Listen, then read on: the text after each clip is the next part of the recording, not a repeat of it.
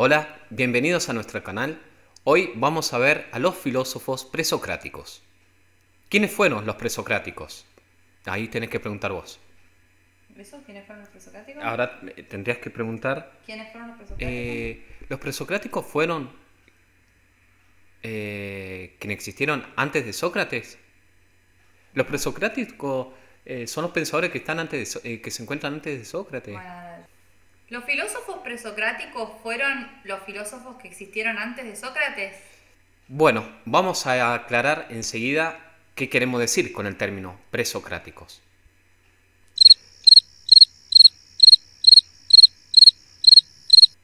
Vamos a ver si después lo metemos o no lo metemos, ya veremos. La expresión filósofos presocráticos hace referencia a un grupo determinado de pensadores de la antigua Grecia que vivieron entre el siglo VII y el V antes de Cristo.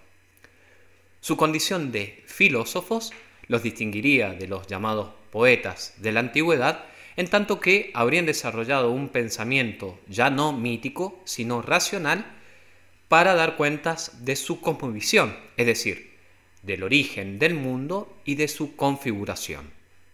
En cuanto a la calificación de presocráticos, se pondría de relieve la anterioridad de la existencia de estos pensadores en relación con la gran figura de Sócrates. Este es el sentido quizás más evidente por el cual se los refiere a estos pensadores como presocráticos. Además, esta expresión daría cuentas de la diferente mirada y eje de las especulaciones de los presocráticos y de Sócrates. Mientras los primeros se centraban en el mundo y en su conformación, el segundo, Sócrates, habría desplazado el interés de su reflexión filosófica en dirección al hombre. Ahora bien, ni el término filósofos ni el término presocráticos es del todo acertado para referirse a estos pensadores. En cuanto al término filósofos, a no ser que se no entienda su sentido etimológico, filósofos, filosofía, de amantes del saber, no puede entenderse este término tal como lo interpretamos en la actualidad, pues en aquellos tiempos la filosofía no se deslindaba claramente ni de la religión ni de lo que hoy llamamos ciencia. Por el contrario, otros autores de la época no considerados filósofos por esta clasificación, como los líricos arcaicos y épicos, tocaron temas estrictamente filosóficos. En cuanto al término presocráticos, también es un término problemático, pues algunos pensadores llamados presocráticos, como el caso de Diógenes o de Demócrito, son contemporáneos y no anteriores a Sócrates. De manera que la primera palabra resulta un tanto anacrónica y la segunda palabra carece de validez cronológica. Con todo, esta expresión ha pasado ya a ser convencional y no resulta tan arbitraria, pese a lo mencionado, si se tiene en cuenta que estos pensadores constituyen un grupo más o menos homogéneo dentro de la historia de la filosofía, puesto que se ocuparon de temas similares, aunque como veremos, dando cada uno soluciones muy diversas y en ocasiones contrastantes, antitéticas entre sí. Los filósofos presocráticos despiertan nuestro interés porque formularon una inédita actitud racional y reflexiva ante la explicación del mundo que todavía hoy, no obstante los numerosos siglos que nos separan de ellos, sigue siendo la actitud del hombre de nuestro tiempo, más allá, evidentemente, de lo disímil que sean sus respuestas. A diferencia de las obras de Platón y de Aristóteles, de los que en la antigüedad, probablemente por la excelencia de tales escritos, conservó un copioso legado, apenas se han conservado fragmentos de los escritos de los presocráticos. Por lo general solo se cuenta con los comentarios que precisamente aquellos autores mejor preservados por la tradición han expresado sobre sus teorías. Frecuentemente uno se encuentra con estudiosos que afirman que los griegos lograron liberarse en un momento determinado de la especulación mítica, característica por lo demás común a todos los demás pueblos de la antigüedad, y emprendieron la tarea por primera vez en la historia de organizar y de desarrollar un pensamiento sobre bases racionales. En lo que respecta a esta afirmación, sin embargo, cabe hacer algunas precisiones. Ciertamente, el pensamiento mítico es anterior al filosófico, y es verdad que paulatinamente se produjo una transformación de uno a otro en el periodo del que aquí hablamos. No obstante, debe también advertirse que ambos terrenos se mantuvieron por caminos paralelos durante siglos, sin que hubiera una pura o simple sustitución de uno por otro. Como bien señala Alberto Bernabé en su libro Los filósofos presocráticos, libro que de manera particular sigo en este video, existen naturalmente convergencias y divergencias entre la especulación mítica y la especulación racional. En primer lugar, las dos buscan comprender e interpretar la realidad.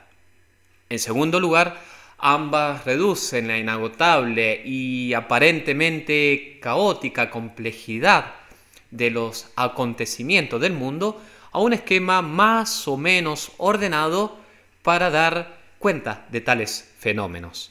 En tercer lugar, en una y en otra se procura trascender la limitación del aquí y ahora, como asimismo la limitación de la propia experiencia, con el fin de elaborar y describir un marco más amplio que logre vincular pasado, presente y futuro y pueda asumir la totalidad del mundo como objeto de consideración.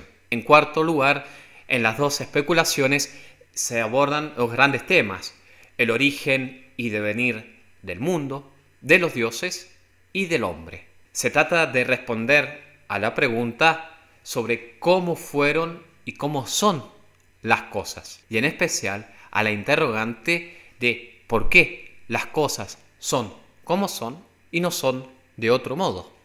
Más allá, sin embargo, de las semejanzas y analogías que pueden establecerse entre estas dos formas de pensamiento, es indudable que existen diferencias notables entre ellos.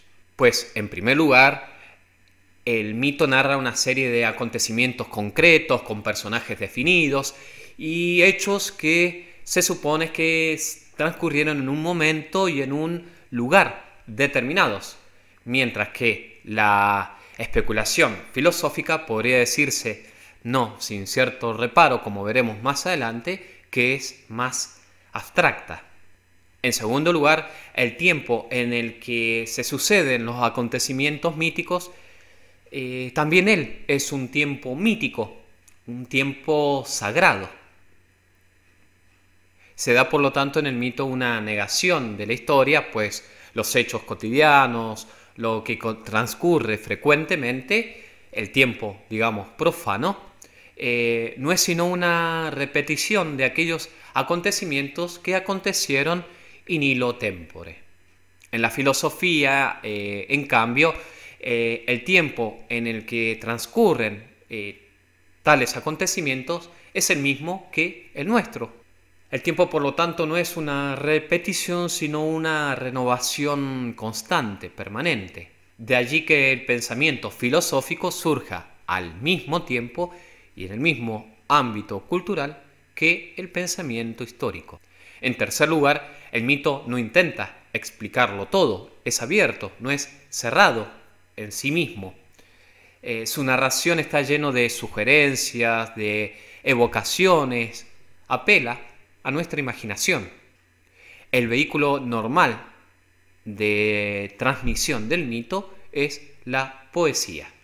A diferencia del mito, que tiende a ser expresivo, a sugerir, que da pie a una lectura multívoca, múltiple, la filosofía es más bien unívoca, procura ser precisa en sus términos, apela a la razón, a la lógica, y sus palabras intentan solamente decir lo que dicen.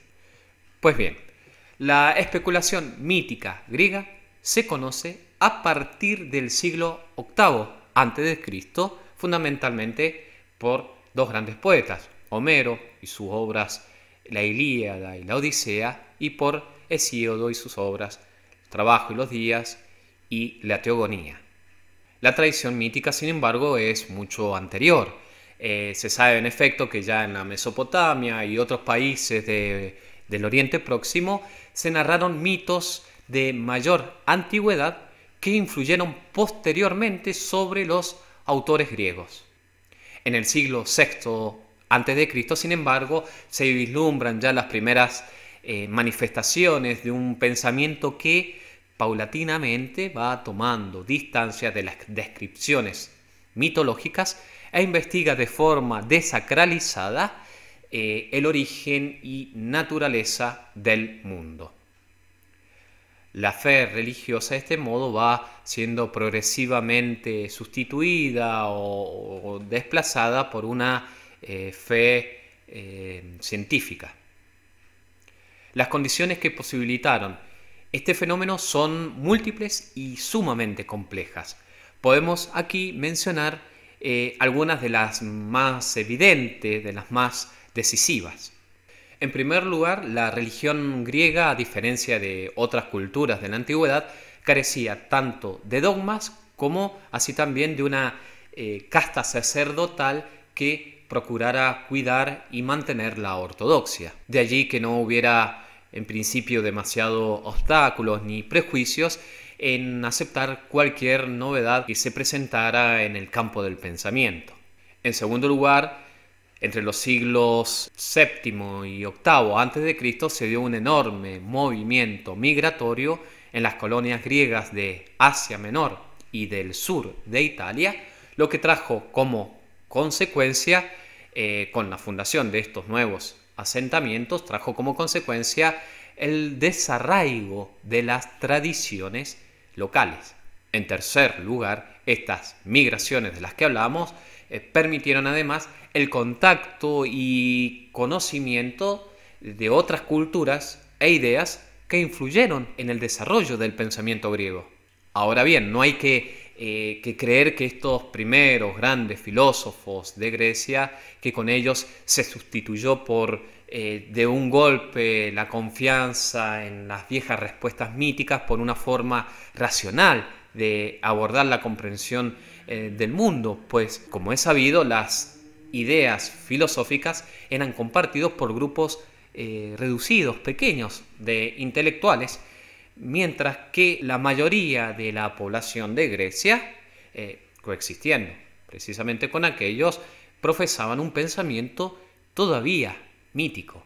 Quizá sea este el motivo principal o uno de los motivos principales por el cual los filósofos, los presocráticos, no abordaron aquellos temas que tenían más cumplida respuesta en los mitos y en la especulación poética, en la lírica, como por ejemplo la naturaleza de la divinidad, la relación entre mortalidad e inmortalidad, el sufrimiento, la muerte, la ética, es decir, la relación entre cultura y naturaleza. Su interés principal, el interés principal de los presocráticos, en cambio, fue el mundo físico. Hay que subrayar, no obstante, que perviven en estas primeras manifestaciones de la filosofía griega las formas e incluso los contenidos del mito, como vamos a tener oportunidad de ver en los próximos videos. Bueno, para ir finalizando me gustaría ir haciendo algunas aclaraciones que en los próximos videos se irán dilucidando, fundamentando, teniendo mayor claridad. Hemos señalado las semejanzas y desemejanzas, las concordancias y contrastes, proximidades, distancias, entre la especulación filosófica y la especulación mítica. Ahora bien, de ningún modo, creo yo, debería entenderse mito y logos como dos compartimentos estancos. Por el contrario, su diferenciación es a veces tan indiscernible que se hace inviable toda distinción entre ellos. En efecto, y creo que es mi lectura al respecto, ambos estadios son de alguna manera inseparables. ¿Por qué la filosofía ha de atender solamente a lo abstracto? Además, ¿qué impide que el mito sea una explicación concreta y gráfica del reflexionar o pensar filosofante? ¿Por qué debe asumirse que el pensamiento filosófico es un pensamiento puramente lógico, con una certidumbre tal que se contraponga a la fantasía y al carácter plástico propio del mito? ¿No es acaso la realidad toda racional e lógica a un tiempo? ¿No es acaso el hombre conocimiento e ignorancia, imaginación y razón, certeza y duda, oscuridad y luz?